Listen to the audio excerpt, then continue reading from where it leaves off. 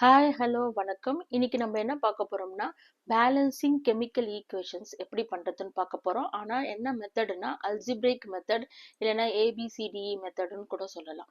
உங்களுக்கு நார்மலா அந்த ரூல் தெரியும். எப்படி வந்து ட்ரெடிஷ்னல் மெத்தட் சொல்லுவாங்க இல்லையா, அது எப்படி பேலன்ஸ் பண்றதுன்னு தெரியும். ஸோ ஒவ்வொரு ஆட்டம்ஸும் எத்தனை இருக்குதுன்னு ரியாக்டன் சைட்லையும் ப்ராடக்ட் சைட்லையும் கவுண்ட் பண்ணிட்டு அகெயின் அண்ட் அகெயின் நம்ம கோஎஃபிஷியன்ட்டை மாற்றி சேஞ்ச் பண்ணி எழுதி அதுக்கப்புறம் அந்த ஸ்டெப்ஸ் ஃபைனலாக முடிக்கும் போது நம்ம ஈக்குவேஷனை பேலன்ஸ் பண்ணிடுவோம். இதுதான் ஈக்குவேஷன் கொடுத்துருக்கேன் பாருங்க. 2Al plus O2 gives Al2O3.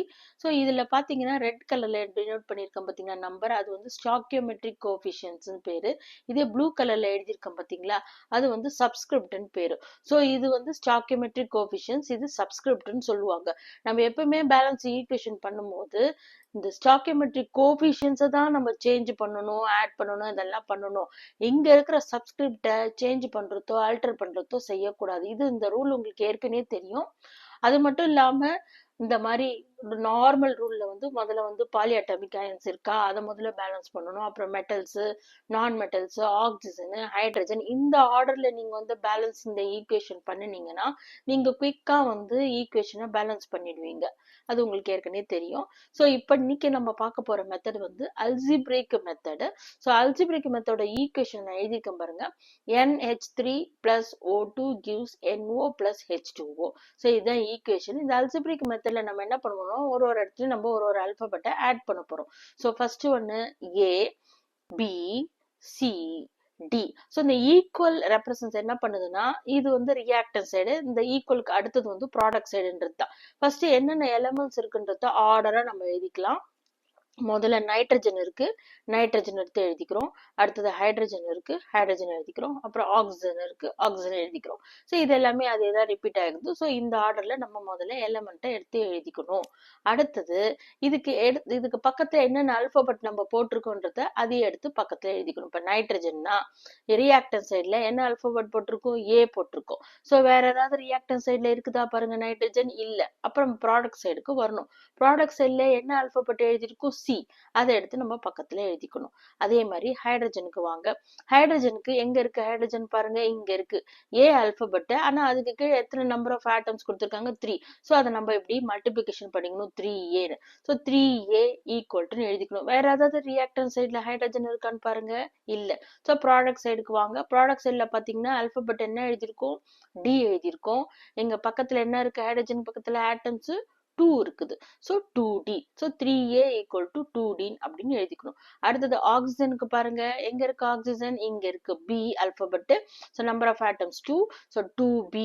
வேற ஏதாவது இருக்கா பாருங்க ஆக்சிஜன் ரியாக்டன் சைட்ல, இல்ல.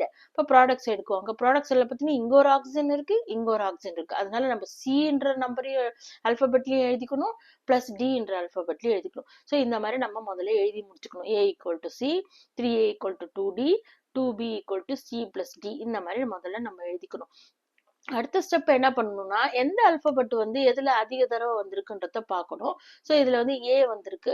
சில நேரத்துல வந்து ஏவும் வரும், பியும் வரும். அப்போ அது உங்க சாய்ஸ் எடுத்துக்கோங்க, எது வேணா நீங்க செலக்ட் பண்ணிக்கோங்க. இப்போ வந்து நான் வந்து ஏ வந்து 1 நம்ம எடுத்துக்கிறோம். So so let A equal to 1. அப்போ ஏ ஈக்குவல் டு 1னா இதை எப்படி கால்குலேஷன் பண்றது, ஏ ஈக்குவல் டு 1னா அப்போ சியும் 1. ஸோ இது கம்ப்ளீட் ஆயிடுச்சா. அடுத்தது இந்த ஈக்குவேஷனுக்கு வாங்க. 3A ஈக்குவல் டு 2D சொல்றோம் இல்லையா. ஸோ ஏற்கனவே உங்களுக்கு வேல்யூ தெரியும், ஏயோட value. So 3 into 1 equal to 2D. சரிங்களா. இப்போ 3 1s are 3, 3 equal to 2D. இப்போ D equal to 3/2. So D யோட வேல்யூ நம்ம கண்டுபிடிச்சிட்டோம், 3/2. அடுத்தது இதுக்கு வாங்க. 2B equal to C plus D. 2B equal to எழுதிக்கிறோம். C யோட வேல்யூ உங்களுக்கு ஏற்கனவே தெரியும், 1. ஸோ எடுத்து எழுதிக்கிறோம் 1. பிளஸ் D யோட வேல்யூ எவ்வளோ தெரியும், 3/2. இது எல்லாத்தையும் நம்ம எழுதிக்கிறோம். 2B equal to 1 plus D.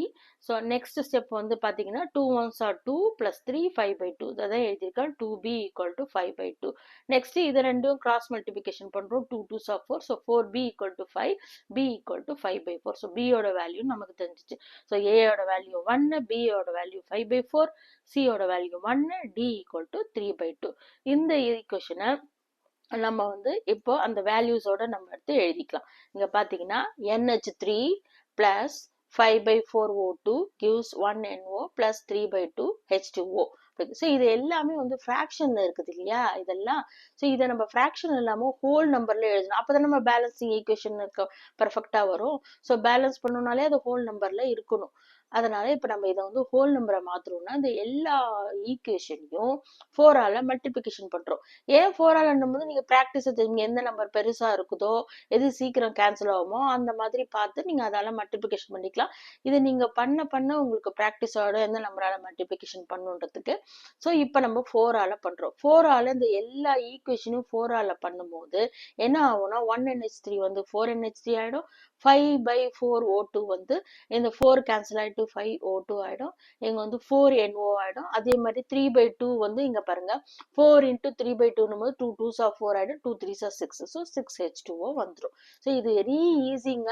இப்போ நார்மல் மெத்தட்ல வந்து நம்ம மறுபடியும் செக் பண்ணிட்டு இருக்கணும். இது ஆயிடுச்சா, H ஆயிடுச்சா, N ஆயிடுச்சா, O ஆயிடுச்சா, இந்த மாதிரி மறுபடியும் செக் பண்ணிருக்கணும். ஆனா இந்த அல்ஜிப்ரிக் மெத்தட்ல ஒரு தடவை இந்த கால்குலேஷன் போட்டுட்டீங்கன்னா அதுக்கப்புறம் நீங்க வந்து ட்ரை பண்ணவே தேவையில்லை. அப்படியே கண்ணை மூடிட்டு நீங்க ஆன்சர் எழுதிக்கலாம். அடுத்த சம் பார்க்கலாங்க. CuO plus NH3 gives Cu plus N2 plus H2O. இதுல அதே மாதிரிதான் A எழுதிக்கோங்க, B எழுதிக்கோங்க, C எழுதிக்கோங்க, D எழுதிக்கோங்க, E எழுதிக்கோங்க. அது ஈயோட ஸ்டாப் ஆயிடுது. ஸோ இந்த மாதிரி ஈக்குவேஷன்ல F இருந்தாலும் நீங்க F எழுதிக்கலாம், G எழுதிக்கலாம், அந்த மாதிரி நீங்க போயிட்டே இருக்கலாம். நான் ஈயோட நிறுத்திக்கிறேன். ஸோ இங்க CuO இருக்கு. இப்ப அதுக்கு நெக்ஸ்ட் ஸ்டெப் என்ன பண்ணணும், என்னென்ன எலமெண்ட்ஸ் இருக்குன்றத ஆர்டரா எழுதிக்கிறோம். முதல்ல இங்க பாருங்க Cu இருக்கு, Cu எடுத்து எழுதிக்கிறோம். அடுத்தது O இருக்கு, O எடுத்து எழுதிக்கிறோம். அப்புறம் N இருக்கு, N எடுத்து எழுதிக்கிறோம். அப்புறம் ஹைட்ரஜன் இருக்கு, அடுத்த ஹைட்ரஜன் இருக்கு. மீது எல்லாமே அதே தான் ரிப்பீட் ஆயிருக்குது. ஸோ இந்த எலமெண்ட்ஸோட நேம் எல்லாம் நம்ம எழுதிக்கிறோம். அடுத்தது என்ன ஸ்டெப்பு, அதுக்கு முன்னாடி ஆல்பபெட்டை போடணும் இல்லையா. இந்த ஆல்பபெட்டை போட்டோம் இல்லையா. ஸோ இதுக்கு உள்ளது என்னன்னு நம்ம பார்த்து எழுதுக்கணும். ரியாக்டன் சைட்ல எத்தனை இருக்கு, ப்ராடக்ட் சைட்ல எத்தனை இருக்கு காப்பர்ன்றதை நம்ம செக் பண்ணணும். இப்போ ரியாக்டன் சைடை பார்த்தீங்கன்னா எத்தனை இருக்குது, ஏ இருக்குது இல்லையா. ஒரு CU இருக்கு, ஏ இருக்கிறது எடுத்து எழுதிக்கணும். அப்போ ரியாக்டன் சைட்ல வேற எங்கேயாவது CU இருக்கா, இல்லை. அப்போ ப்ராடக்ட் சைடுக்கு போகணும். ப்ராடக்ட் சைட்ல இதோ இருக்கு CU.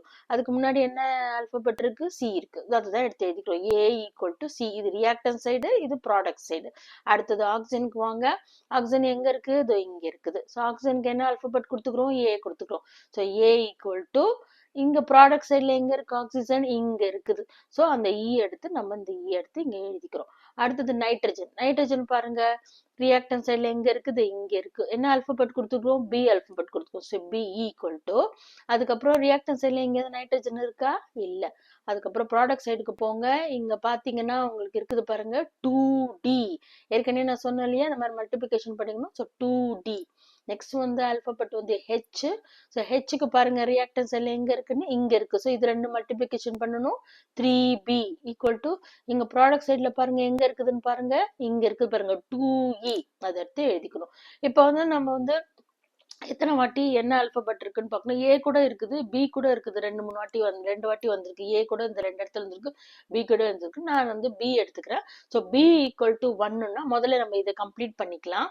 So 3B equal to 2E போது 3 இன்டூ பியோட value 1 equal to 2E. So 3 equal to 2E, E equal to 3/2. So ஈயோட வேல்யூ நமக்கு தெரிஞ்சிச்சு. அடுத்தது இதுல ஈயோட வேல்யூ இங்கே பண்ணிட்டீங்கன்னா நீங்க நெக்ஸ்ட் ஸ்டெப் ஈஸியா இருக்கும். ஸோ இந்த இதுக்கு வாங்க. A equal to E. A equal to ஈயோட வேல்யூ என்ன, 3/2. இதை நீங்க முடிச்சிட்டீங்க 3/2. அடுத்தது இங்க வாங்க. A equal to C. So ஏயோட வேல்யூ உங்களுக்கு தெரியும் 3/2. So 3/2 equal to C. So இதுவும் முடிஞ்சிருச்சு, இதுவும் முடிஞ்சிச்சு, இதுவும் முடிஞ்சிச்சு. அடுத்தது இதுக்கு வாங்க. B equal to 2D. So B equal to 1. So 1 equal to 2D. D equal to 1/2. So நமக்கு எல்லா வேல்யூவும் தெரிஞ்சிச்சு. A equal to 3/2, B equal to 1, C equal to 3/2, D equal to 1/2, E equal to 3/2. எல்லா வேல்யூவும் தெரிஞ்சிருச்சு. So இந்த equation எழுதுற பாருங்க. 3/2 CuO plus 1NH3 gives 3/2 Cu plus 1/2 N2 plus 3/2 H2O. So இங்க கீழே பார்த்தாலே டினாமினேட்டர் பார்த்தாலே தெரியுது. நம்ம 2ல மல்டிபிகேஷன் பண்ணா நம்ம ஈஸியா கேன்சல் பண்ணிடலாம், நமக்கு ஹோல் நம்பர் கிடைக்கும்னு தெரிஞ்சிருச்சு. ஸோ இது எல்லாத்தையும் நம்ம வந்து 2ஆல மல்டிபிகேஷன் பண்றோம். 2ஆல மல்டிபிகேஷன் பண்ணும்போது ஈக்குவேஷன் பாருங்க எப்படி வந்திருக்குன்னு.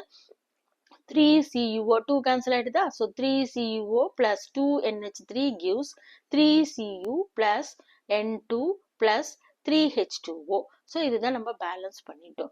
ஈஸியா இருக்குங்க. முதல்ல இது பார்க்கும்போது என்னடா அது ஏ எழுதுறோமா, பி எழுதுறோமா, சி எழுதுறோமா, இது என்னது இது ஒரே கன்ஃபியூஷனா இருக்கு அப்படின்னு நீங்க நினைப்பீங்க. ஆனா நீங்க பிராக்டிஸ் பண்ணிட்டீங்கன்னா நீங்க மறுபடியும் மறுபடியும் நீங்களே ஒரு ஈக்குவேஷன் எடுத்து எடுத்து நீங்களே பேலன்ஸ் பண்ணி இதுலயே உங்களுக்கு ஒரு இன்ட்ரெஸ்ட் வந்துடும். அப்புறம் கான்ஃபிடென்ட்டா தெரியும் நீங்க பண்ண பேலன்சிங் ஈக்குவேஷன் வந்து கரெக்ட்ன்றது. நார்மல் மெத்தட் வந்து சின்ன ஈக்குவேஷன்ஸ் சின்ன காம்பவுண்ட் தான் எழுதலாம். இப்போ காம்ப்ளெக்ஸ் காம்பவுண்ட்ல இருந்ததுன்னா இந்த மெத்தட்ல நீங்க பண்ணிட்டீங்கன்னா உங்களுக்கு டைமே வேஸ்டே ஆகாது. ஸோ இது ஷியரா சொல்றேன். நெக்ஸ்ட் வந்து இது ஒரு ஹோம் ஒர்க் கொடுத்துருக்கேன். இது பாருங்க, கமெண்ட் செக்ஷன்ல எனக்கு சொல்லுங்க answer. Fe plus Cl2 gives FeCl3, K1O4 plus HCl gives KCl plus MnCl2 plus H2O plus Cl2. இந்த மெத்தட் அல்ஜிப்ரிக் மெத்தடை யூஸ் பண்ணி இதை ஈஸியா நீங்க பேலன்ஸ் பண்ணி எனக்கு ஆன்சர் கமெண்ட்ல போடுங்க. உங்க ஃபீட்பேக்கை எனக்கு கொடுங்க. தேங்க்யூ.